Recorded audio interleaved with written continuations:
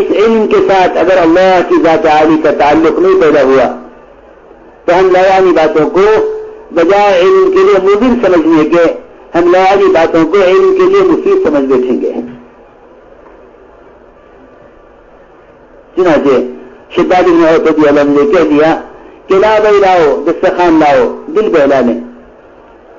ان کے طلباء نے وہی بات پکڑ لی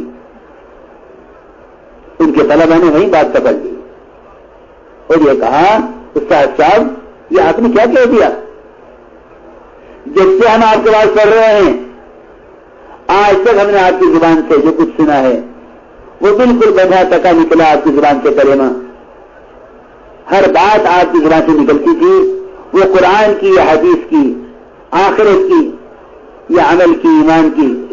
ہم نے آج تک آپ کی زبان سے لایانی بات نہیں سنی. یہ آپ نے کیا بات کی؟ یہ لایانی بات آپ کی زبان سے کیسے نکلی کہ لا دسترخوان لاؤ دل بہلا لیں؟ اس سے آخرت کا، علم کا، اللہ کے احکامات کا کون سا نفع ہے؟ شداد بن عوف رضی اللہ فرمایا واللہ ما اثبتت منی کلمۃ منذ فارقت النبی صلی اللہ علیہ وسلم الا کلمۃ مذمومۃ مختومۃ. یہ کہا شداد بن عوف رضی اللہ عنہ کہ جب سے میں جدا ہوا ہوں حضور اکرم صلی اللہ علیہ وسلم سے اس وقت سے لے کے آج تک میری زبان سے جو بھی کلمہ نکلا ہے، جو بات نکلی ہے، وہ بات بالکل بندھی چکی ہوتی تھی، پکی بات ہوتی تھی، لگام لگی ہوئی بات ہوتی تھی. لیکن آج میری زبان سے ایک ایسا جملہ نکل گیا پہلی مرتبہ کہ لا دسترخوان لاؤ دل بہلا لیں. فرمایا دعو ھذا وخذوا ھذا. فرمایا کہ دیکھو جو بات میری زبان سے نکلی تھی اس کو بھول جاؤ، اس کو کبھی نہ کہنا کہ لاؤ بھائی دسترخوان لاؤ دل بہلا لیں. دعو ھذا، چھوڑ دو اس کو. وخذوا ھذا، اور جو میں کہہ رہا ہوں اس کو لے لو. پھر شداد بن عوف رضی اللہ تعالیٰ نے ایک دعا سکھلائی اپنے طلبا کو، ایک دعا سکھلائی لایانی سے بچنے کے لیے، اور اگر لایانی بات ہو جائے تو اس کا اثر ختم کرنے کے لیے، لایانی سے بچنے کے لیے، اور اگر لایانی بات ہو جائے تو اس کا اثر، اس کی ظلمت ختم کرنے کے لیے. شداد بن عوف رضی اللہ تعالی نے ایک دعا سکھلائی اللہم انی اسألک التثبت فی الامر. اللہم انی اسألک التثبت فی الامر واسألک عزیمت الرشد. اسألک شکر نعمتک وحسن عبادتک. اسألک قلبا سلیما ولسانا صادقا. اسألک خیر ما تعلم واعوذ بک من شر ما تعلم. یہ دعا شداد بن عوف رضی اللہ تعالی نے اپنے طلبا کو اس وقت سکھلائی جب شداد بن عوف رضی اللہ تعالی کی زبان سے ایک ایسا جملہ نکل گیا جس سے دین کا کوئی فائدہ نہیں تھا. یہ بات سمجھ آ رہی ہے آپ لوگوں کی؟ کسی اچھی دعا ہے لایانی بات سے بچنے کے لیے، اور اگر لایانی بات ہو جائے تو اس کے اثر کو ختم کرنے کے لیے. یہ دعا لایانی باتوں سے بچنے کے لیے ہے. منتخب احادیث میں وہاں سے رحمۃ اللہ علیہ نے یہ دعا لایانی کے ترک لایانی ایک مستقل صفت ہے تبلیغ میں جس کی مشق کرنی ہے، اس میں آخری حدیث حضرت منتخب میں یہ نقل کی ہے. ہمارے یہاں ہندوستان میں جتنے مدارس ہیں اس میں منتخب احادیث ہم نے درس میں شامل کر دی ہے پہلی اور دوسری صف کے طلبا کے لیے، تاکہ پڑھائی کے زمانے میں ہی ان 6 صفات سے احادیث کی روشنی میں مناسبت پیدا ہو جائے. ہمیں تو جو ہے پاکستان سے بھی بہت سے مدرسے کے اساتذہ نے خبر دی ہے کہ انہوں نے مدرسے میں منتخب احادیث کو نصاب میں داخل کر لیا ہے تاکہ بچوں کو اس طرح سے ہی ان 6 صفات کی جو دعوت کے 6 نمبر ہیں اس کی مشق ہو جائے. بعض طلبہ تو ہمیں ایسے ملے جنہوں نے پوری کتاب کو حفظ کیا ہوا ہے، جو ان کی حدیث جس نمبر کی چاہو سن لو، جس نمبر کی یہ حدیث چاہو طلبہ سے سن لو۔ میری تاریخ جمیل صاحب میرے سے کہہ رہے تھے کہ ہم نے اپنے مدرسے میں طلبہ کو یہ منتخب ہم سبقن پڑھاتے ہیں، اور ان کے مدرسے میں ایسے بھی طلبہ ہیں جن طلبہ نے اس کو حفظ کر لیا ہے، تو اس میں آخری حدیث اس نے یہ نقل کی ہے، وہاں یہ دعا اس میں موجود ہے، اگر کوئی یاد کرے تو وہاں سے یاد کر سکتا ہے۔ یہ ساری اس دعا کا ایک ایک حرف، اس دعا کا ایک ایک جملہ بتلا رہا ہے کہ اپنی زبان کو صحیح بولنے پر لانے کے لیے، اپنے دل کو صحیح سوچنے پر لانے کے لیے، اپنے آپ کو اللہ کے حکم پر جمانے کے لیے سارے الفاظ ایسے ہیں۔ اللہم انی اسألک التثبت فی الامر، کہ اللہ مجھے اس چیز پر جما دے جو تو چاہتا ہے۔ تو میں عرض کر رہا تھا کہ ایک بات ضروری یہ ہے کہ علم کے حاصل کرنے میں لایانی باتوں سے بچنا چاہیے، اس سے ہمارے اندر علم سے مناسبت پیدا ہوگی، اور علم کہ علم تو تقوی کی بنیاد پر ملتا ہے، علم کس پر؟ تقوی کی بنیاد پر، کہ علم حاصل ہوگا تقوی کی بنیاد پر۔ ایک بات ضروری یہ ہے کہ ہمیں اصل میں ہر ایک کے ذہن میں ایک سوال ہے کہ بھائی جب علم حاصل کرنا مستقل ایک کار خیر ہے، میری بات ذرا غور سے سننا بھائی، جب علم حاصل کرنا مستقل کار خیر ہے اور متعلم اللہ کے راستے میں ہے، متعلم اللہ کے راستے میں ہے، تبلیغ اللہ کا راستہ ہے اور تعلیم حاصل کرنے جو اللہ کا راستہ ہے، پھر یہ آخر کیا ضروری ہے کہ طلبہ جماعت میں جائیں؟ یہ سوال ہر ایک کے دماغ میں ہے۔ دیکھو میری ایک بات یاد رکھیو، ہمیشہ یاد رکھیو، اگر ہم نے صحابہ کرام کی اللہ کے راستے میں نکلنے کی اور اس نقل حرکت کی یہ اصل بنیاد ہے، اس پر ہم نے غور نہ کیا تو یہ اشکال کبھی بھی حل نہیں ہوگا۔ صحابہ کرام اللہ کے راستے میں نکلتے تھے اپنے سیکھے ہوئے علم کے اندر حقیقت اور اس کے اندر رسوخ پیدا کرنے کے لیے۔ کیا اللہ کرے ہمارے سے آ جائے، اللہ کے راستے میں نکلنا اپنے علم کے اندر تفقع پیدا کرنے کے لیے ہے، اپنے علم کے اندر گہرائی پیدا کرنے کے لیے ہے، اپنے علم میں رسوخ پیدا کرنے کے لیے ہے۔ اللہ کے راستے میں نکلنا اس علم کو لے کر اس لیے ہے تاکہ اللہ کے راستے کی نقل حرکت سے ہمارے علم کے اندر کمال پیدا ہو۔ یہ حدیث میں اللہ نے فرمایا ہے قرآن میں، ما کان المؤمنون لینفروا کافہ، کہ یہ تو مناسب نہیں ہے کہ یہ سب کے سب علماء ایک ساتھ نکل جائیں، ایک جماعت نکلے اللہ کے راستے میں، جن واپس آ جائے تو دوسرے نکلیں۔ کہ کیوں نکلیں؟ اللہ خود فرما رہے لیتفقهوا فی الدین، کہ علماء نکلے اپنے علم کو لے کر تاکہ اللہ کے راستے کی نقل و حرکت سے اس علم کا تفقہ حاصل ہو جائے۔ فلولا نفر من كل فرقة منهم طائفة ليتفقهوا في الدين، اللہ کے راستے کی نقل و حرکت اپنے علم اور ایمان کے اندر کمال پیدا کرنے کے لیے ہے، کہ اپنے علم کو لے کر نکلو، اس علم کی دعوت دو، اس علم کی دعوت دو۔ جب آپ نکل کر علم کی دعوت دیں گے تو اس سے امت جہالت سے نکلے گی اور اس دعوت سے آپ کے اپنے علم کے اندر کمال پیدا ہوگا۔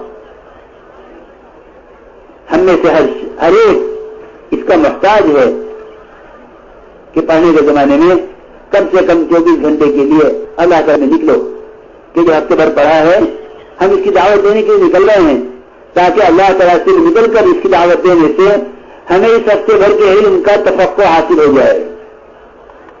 اصل مقصد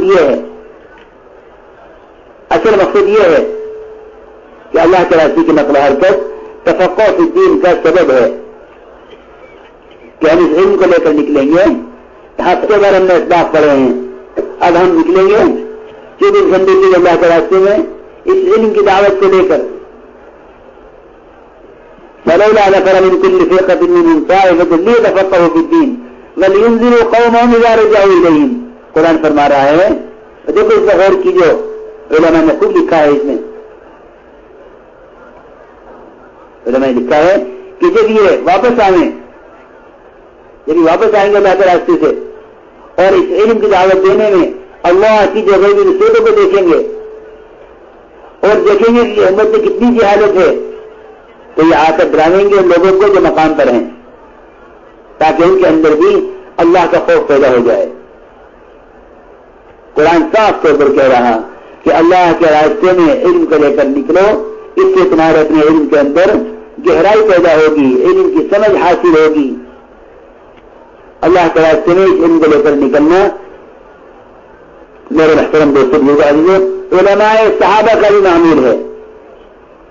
معاذ بن جبل رضی اللہ تعالیٰ عنہ سب سے بڑے عالم ہیں، جب نکلنے لگے اللہ کے راستے میں تو ابو بکر رضی اللہ تعالیٰ سے آ کر عمر نے درخواست کی کہ یہ بڑے مفتی صاحب ہیں، مدینے میں کوئی فتویٰ دینے والا نہیں ہے، یہ ایک ہی اکیلے مفتی ہیں، اگر کوئی بات پیش آ گئی تو مدینے میں کون فتویٰ دے گا، اس لیے معاذ کو روک لیا جائے۔ ابو بکر رضی اللہ عنہ نے فرمایا کہ اے عمر میں کیسے روک لوں اس شخص کو جو اللہ کے راستے میں جان دینا چاہتا ہو۔ صحابہ کرام اس علم کے ساتھ حرکت میں تھے۔ ابی بن کعب رضی اللہ تعالیٰ عنہ سب سے بڑے قاری ہیں صحابہ میں، سید القراء کہلاتے ہیں۔ 1 سال ان کا اللہ کے راستے میں نکلنا نہیں ہوا، وہ اس لیے کہ جماعت کے ذمہ دار ایک نیا آدمی تھا، کم عمر تھا۔ ابی بن کعب فرماتے ہیں کہ میں ہمیشہ حسرت کرتا تھا کہ میں نے اللہ کے راستے میں 1 سال میرا نکلنا کیوں نہیں ہوا۔ اس لیے سارے صحابہ معلم تھے یا مفتی تھے، مدرس تھے، قاری تھے، امام تھے، یہ سارے اعمال کرتے ہوئے اللہ کے راستے کی نقل حرکت میں سارے کے سارے صحابہ مجتمع تھے۔ یہ بات نہیں تھی کہ یہ صحابہ پھرنے والے ہیں، صحابہ بیٹھنے والے ہیں۔ آپ صلی اللہ علیہ وسلم نکلتے، آپ کے صحابہ آپ کے ساتھ نکلتے اللہ کے راستے میں۔ وہیں لیا تھا رحمۃ اللہ علیہ جا رہے تھے میوات اجتماع، طلبا نے کہا حضرت سبق کیا ہوگا؟ حضرت نے فرمایا اچھا تم اب تک سمجھے نہیں کہ ہم علم اور دعوت کو جمع کرنا چاہتے ہیں، چلو ہمارے ساتھ۔ حضرت ساتھ لگے ان کو طلبا کو، اور جب اجتماع عمل ہو تو حضرت ان کو آگے بٹھائیں طلبا کو، اور جب اجتماع عمل سے فارغ ہو جائیں تو طلبا سے کہتے اب تم سبق لے کے آؤ، کتاب لے کر آؤ، سبق پڑھو۔ یعنی ہمیں ایک ایسے شخص نے سنایا، یہ کافی عمر ہو گئی ہے میوات کے، انہوں نے کہا کہ ہم معاہدہ تنظیم کے ساتھ نظام الدین سے ہم چلے، کتابیں ساتھ لے لی ہم نے، حضرت بیان فرماتے تھے اور بیان سے فارغ ہو کر کہتے کہ لاؤ سبق لے کے آؤ۔ سب سے زیادہ ناسمجھ، سب سے زیادہ بے عقل اور سب سے زیادہ ناواقف وہ شخص ہو سکتا ہے جو دعوت اور تبلیغ کے درمیان ان کاموں کو نہ کر سکے، وہ سب سے زیادہ ناواقف ہے، کیونکہ دونوں کام نبوت کے ہیں، دعوت اور تعلیم، دعوت اور تبلیغ دونوں کام نبوت کے ہیں، تعلیم اور تبلیغ دونوں کام نبوت کے ہیں۔ تعلیم کہتے ہیں آنے والوں کو سکھلانا، تبلیغ کہتے ہیں جا کر سکھلانا، تبلیغ کہتے ہیں جا کر سکھلانے کو، تعلیم کہتے ہیں آنے والوں کو سکھلانے کو۔ دونوں کام اکرم صلی اللہ علیہ وسلم اور آپ کے صحابہ نے کیے ہیں۔ اس لیے میرے محترم دوستو، یہ نیت کر لو کہ ہم جو علم حاصل کر رہے ہیں ہم ہمیشہ اس علم کو دعوت کی نقل حرکت کے ساتھ امت تک اس علم کو پہنچاتے رہیں گے، اس علم کو امت تک پہنچاتے رہیں گے، کیونکہ یہ علم امت کی امانت ہے، یہ علم امت کی امانت ہے، اس علم کو امت تک پہنچانا ہے، علم امت کی امانت ہے، یہ علم امت تک پہنچانا ہے، ہمیں علم اپنی ذات سے حاصل کرنا ہے اور امت تک یہ علم پہنچانا ہے، کیونکہ علم امت کی امانت ہے۔ اس علم کو لے کر اس طرح پھرو جس طرح بادل پانی گھاگر پھرتا ہے سوکھی ہوئی زمینوں کے لیے۔ آپ نے غور کیا ہوگا ایک حدیث میں فرمایا ہوا تھا صلی اللہ علیہ وسلم نے کہ اللہ نے مجھے جو علم دے کر بھیجا ہے اس کی مثال بڑے بادل کی طرح ہے، مثل ما بعثني الله به من الهدى والعلم كمثل غيث كثير، کہ گھنے بادل کی طرح علم ہے جو میں لے کر آیا ہوں۔ میں تیسری عرض کر رہا کہ آپ بہت سے دورے کے طلبہ ہوں گے، آپ بہت سے مشکات کے طلبہ ہوں گے، اب فراغت وقت قریب آیا ہے، ہم اس کوشش کریں گے کہ مجھے کہیں بیٹھ کر پڑھانے کی جگہ مل جائے۔ آپ صلی اللہ علیہ وسلم اور آپ کے صحابہ علم کو لے کر حرکت میں بھی رہتے تھے اور علم کو لے کر ان لوگوں کے درمیان بیٹھتے بھی تھے جو مقام پر علم حاصل کرنا چاہتے تھے۔ چنانچہ آپ صلی اللہ علیہ وسلم نے اپنے علم کی مثال بادل سے دی ہے۔ ہم تو یہ کہنے لگے کہ بھئی ہم کنواں ہیں سکھانے والے، جنہیں سیکھنا ہے تمہیں کے پاس آئے، کیونکہ پیاسے کے پر آتا ہے، کنواں پیاسے کے پاس نہیں جاتا۔ نہیں میرے بزرگ استاد جو یہ بات نہیں ہے۔ اے بھائی نیچے بیٹھ کے سنو، نہ کرو بات، سنو دھیان سے، غور سے سنو بات۔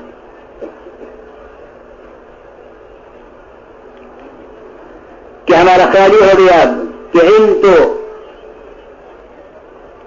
ہم تو علم والے کنواں ہیں، پیاسے کے اوپر آتا ہے، کنواں پیاسے کے پاس نہیں جاتا۔ مجھے ایک صاحب ملے، ایک عالم، انہوں نے خود ہی مجھ سے کہا کہ علماء کنویں ہیں اور طلبا پیاسے ہیں، پیاسے کے اوپر آتا ہے، کنواں پیاسے کے پاس نہیں جاتا۔ میں نے کہا نہیں، ہمیں نبوت میں یہ بات نہیں ملتی۔ تو علماء انبیاء کے وارث ہیں، علماء انبیاء کے وارث ہیں، ہمیں یہ بات ملتی ہے علم میں کہ اپنے علم کو لے کر نبی خود حرکت میں آتے ہیں۔ زمین حرکت نہیں کرتی، بادل حرکت کرتا ہے۔ آپ صلی اللہ علیہ وسلم نے اپنے علم کی مثال اس لیے بادل سے دی ہے اور امت کی مثال زمین کے 3 حصے سے دی ہے کہ ایک زمین وہ ہے جو پانی کو جذب کر لیتی ہے، فَأَمَّرُ بِالْكِلَاءِ وَالْعُشُبِ، کہ پھر اس سے مختلف قسم کے گھاس اور درخت اگتے ہیں۔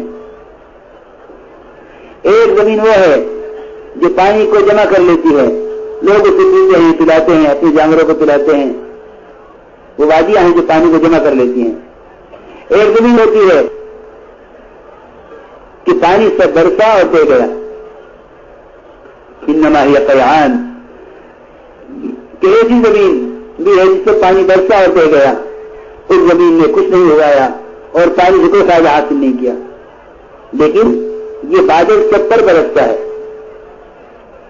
اس لیے میں عرض کر رہا کہ ہمارا کام سیدھے علماء انبیاء کے وارث ہیں کہ اپنے علم کو لے کر نبی کی طرح حرکت میں آؤ اور یہ نیت کرو کہ ہم یہ علم امت تک بغیر کسی معاوضے کے پہنچائیں گے، اللہ رب العزت سے برکتوں کے راستے کھول دیں گے۔ یہ حدیث میں آتا ہے من لم يتغنى بالقرآن فليس منا، کہ جو شخص قرآن کے ذریعے بھی غنی نہ ہوگا ہم میں سے نہیں ہے۔ قرآن تو غنی کر دے گا۔ من لم يتغنى بالقرآن فليس منا، صاحب غزل نے تو اس کے معنی یہ لکھے ہیں کہ جو شخص قرآن پڑھ کر یا پڑھا کر بھی غنی نہ ہو وہ ہم میں سے نہیں ہے۔ قرآن تو یقین غنی کر دے گا، کیونکہ جب غیروں کی کہ فنون پڑھا کر تلنا ممکن ہے، تو جو چیز اللہ کی ذات سے نکلی ہوئی ہے اسے پڑھا کر تلنا کا یقین کیوں نہیں ہے؟ تو اللہ کی ذات سے نکلا ہوا کلام ہے۔ اس لیے میرے محترم طلباء، دیکھو ہمیں اس علم کو لے کر حرکت میں آنا ہے۔ یہ امت کی امانت ہے، یہ امت کی امانت ہے۔ ہم غور کریں کتنی بڑی تعداد آپ کے ملک میں ایسے مسلمان 30 سال 40 سال کے ہو گئے ہیں، لیکن انہیں قرآن اور حدیث اور آخرت اور اللہ کے احکامات کا کوئی علم نہیں ہے۔ ہماری ذمہ داری ہے کہ ان تک علم پہنچائیں۔ عالم کی حیثیت ایسی ہے جیسے کسی صحرا میں، کسی جنگل میں کسی کے پاس پانی ہو اور کوئی دوسرا شخص اسی صحرا میں پیاس سے مر رہا ہو، اس کی ذمہ داری کہ اس کو پانی پلائے۔ ہم علم کو لے کر خود حرکت میں آئیں، جس طرح حضرت صلی اللہ علیہ وسلم اپنے علم کی مثال بادل سے دے کر فرما رہے ہیں کہ بادل کی طرح علم کو لے کر حرکت میں آؤ، تاکہ امت کے تمام طبقات تک پانی پہنچے، امت کے تمام طبقات تک علم پہنچے۔ اسی میں رب کے دوست عزیزوں، صلی اللہ علیہ وسلم کے صحابہ نے تو کیونکہ یہ فرمایا حضرت صلی اللہ علیہ وسلم نے کہ یا تو علماء جاہلوں کو دین سکھلائیں ورنہ میں علماء کو سزا دوں گا، یا تو علماء جاہلوں کو دین سکھلائیں ورنہ میں علماء کو دنیا میں سزا دوں گا۔ اللہ اکبر، اتنا آپ نے فرما دی کہ جن کے پاس علم ہے، اب ہم یہ سوچیں گے کہ بھائی اس سے تو وہ علماء مراد ہیں جو بالکل فارغ التحصیل ہوں اور کسی بڑے مدرسے سے سند لے کر فارغ ہوئے ہوں، اس حدیث سے تو وہ علماء مراد ہوں گے۔ سنو میری بات غور سے، حضرت صلی اللہ علیہ وسلم نے علم کے پہنچانے کے لیے کامل علم ہونے کی شرط نہیں رکھی ہے کہ پہلے آپ سیکھیں پورا علم پھر پہنچائیں، یہ شرط نہیں رکھی ہے، بلکہ یہ شرط تو خود نبی کے ساتھ بھی نہیں ہے، خود نبی کے ساتھ بھی نہیں ہے۔ دیکھو غور سے میں کیا کہہ رہا، یہ شرط تو نبی کے ساتھ بھی نہیں ہے کہ پہلے آپ کو پورا علم اتر جائے پھر آپ وہ علم تک پہنچا دیں، ایسا نہیں ہوا ہے۔ بلکہ کفار کہا کرتے تھے کہ ایک ایک آیت کیوں آتی ہے، پورا اکڑا علم کیوں نہیں آ جاتا؟ عجیب بات ہے۔ اس لیے حضرت صلی اللہ علیہ وسلم نے فرمایا اپنے صحابہ سے، بلغوا عنی ولو آیہ، تمہیں ایک آیت بھی آتی ہے تو پہنچا دوسروں کو۔ بلغوا عنی ولو آیہ، ایک آیت بھی اگر تمہیں یاد ہے تو تمہاری ذمہ اس کی تبلیغ ہے، ضروری نہیں ہے کہ پہلے آپ پورا علم حاصل کریں پھر پہنچائیں۔ اس لیے کہ کتنے اللہ کے بندے ایسے ہیں جن کے پاس وہ آیت بھی نہیں ہے جو آیت آپ کے پاس ہے، کتنے اللہ کے بندے ایسے ہیں جن کے پاس ایک آیت بھی نہیں ہے جو آیت آپ کے پاس ہے، کتنے اللہ کے بندے ایسے ہیں جن کو کلمہ یاد نہیں ہے۔ اس لیے پہنچانے کے لیے کامل علم ہونا شرط نہیں ہے۔ بلغوا عنی ولو آیہ، جس کے پاس جتنا علم ہے اس کے ذمہ ہے کہ وہ دوسرے کو جا کے پہنچا دے۔ آپ نے فرمایا صحابہ سے کہ یا تو علماء جاہلوں کو دین سکھلائیں ورنہ میں علماء کو دنیا میں سزا دوں گا۔ علماء نے سنا، گھبرا گئے، آج اس میں حاضر ہے علماء صحابہ، اور آ کر عرض کیا کہ یا رسول اللہ کیا آپ نے بات فرمائی ہے؟ کہ ہاں میں نے یہ کہا ہے۔ میں پھر کہتا ہوں کہ یہ تو علماء جاہلوں کو دین سکھلائیں ورنہ میں علماء کو دنیا میں سزا دوں گا۔ ان لوگوں نے کہا کہ یا رسول اللہ جاہل سیکھتے نہیں ہیں، ہم تو ہر وقت سکھانے کے لیے تیار ہیں لیکن ہم سے سیکھتے نہیں ہیں۔ آپ نے پھر یہی فرمایا کہ یہ تو علماء جاہلوں کو دین سکھلائیں ورنہ علماء کو دنیا میں سزا دوں گا۔ انہوں نے پہلی بات دہرائی کہ یا رسول اللہ ہم کیوں ہلاک کیے جائیں گے ان کی وجہ سے، وہ سیکھتے نہیں، ہم کیا کریں؟ آپ نے پھر وہی فرمایا کہ یہ تو علماء جاہلوں کو دین سکھلائے ورنہ علماء کو دنیا میں سزا دوں گا.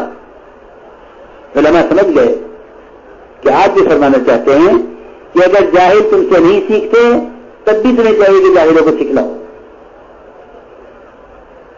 اگر جاہل نہیں سیکھتے ہیں تب بھی تمہیں چاہیے کہ جاہلوں کو سکھلاؤ. چنانچہ علماء نے یہ کہا کہ یا رسول اللہ آپ ہمیں 1 سال کی مہلت دے دیجیے. آپ ہمیں 1 سال کی مہلت دے دیجیے. ہم 1 سال میں ان سب کو فقہا بنا دیں گے. یعنی سال کی تشکیل صحابہ نے اپنے خود کی ہے. آگے بھی فرمایا کہ مجھے تم سے سال چاہیے. یہاں تو آج کے لیے ہوتا ہے کہ میں بتاؤ سال کے لیے کون تیار ہے. تو میں کہتا ہوں یہ تو بڑی شرم کی بات ہے کہ آپ علماء سے کہیں کہ سال کے لیے کون تیار ہے. ہمیں تو صحابہ میں یہ نہیں ملتا کہ آپ نے صحابہ کو کہا کہ بتاؤ سال کے لیے کون تیار ہے. صحابہ نے خود پیش کر دیا اپنے آپ کو. صحابہ نے خود کھڑے ہو کر کہہ دیا کہ یا رسول اللہ ہم سال کے لیے تیار ہیں. ہمیں آپ 1 سال کی اجازت دے دیجیے. ہمیں 1 سال میں کو فقہا بنا دیں گے. وہ جاہل کہیں ایک جگہ جمع نہیں تھے. وہ تو پوری جہاں جہاں تک اسلام پہنچ گیا تھا وہاں تک جہاں تک اسلام پہنچ گیا تھا وہاں تک ان کو سکھانے کے لیے سکھانے کا حکم تھا. 1 سال کے لیے پھر ان کو لے کر چلو جاہلوں کو سکھلاؤ. میں عرض کر رہا ہوں کہ وہاں یہ نہیں فرمایا آپ نے کہ بتاؤ سال کے لیے کون تیار ہے. بلکہ سارے علماء سب نے کہا اجتماعی طور پر. یہی مجھے ایک دو کھڑے ہو گئے ہوں کہ ہم سال کے لیے تیار ہیں. بلکہ روایت آپ ذرا غور کر لیں.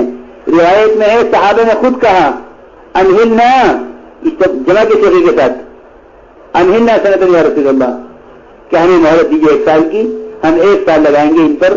ان جاہلوں کو علماء بنا دیں گے فقہا بنا دیں گے. تو اب میں تو آپ سے نہیں کہوں گا کہ آپ آزاد 1 سال دیں. اس لیے کہ مجھے جو حدیث سے مل رہا ہے جو میں آپ سے کہہ رہا ہوں اس میں تو یہ کہ انہوں نے خود کھڑے ہو کر کہا ہے کہ ہم سال کے لیے تیار ہیں. اب آپ خود فیصلہ کریں کیا کرنا ہے. بھائی کا نام لکھو سال کے لیے.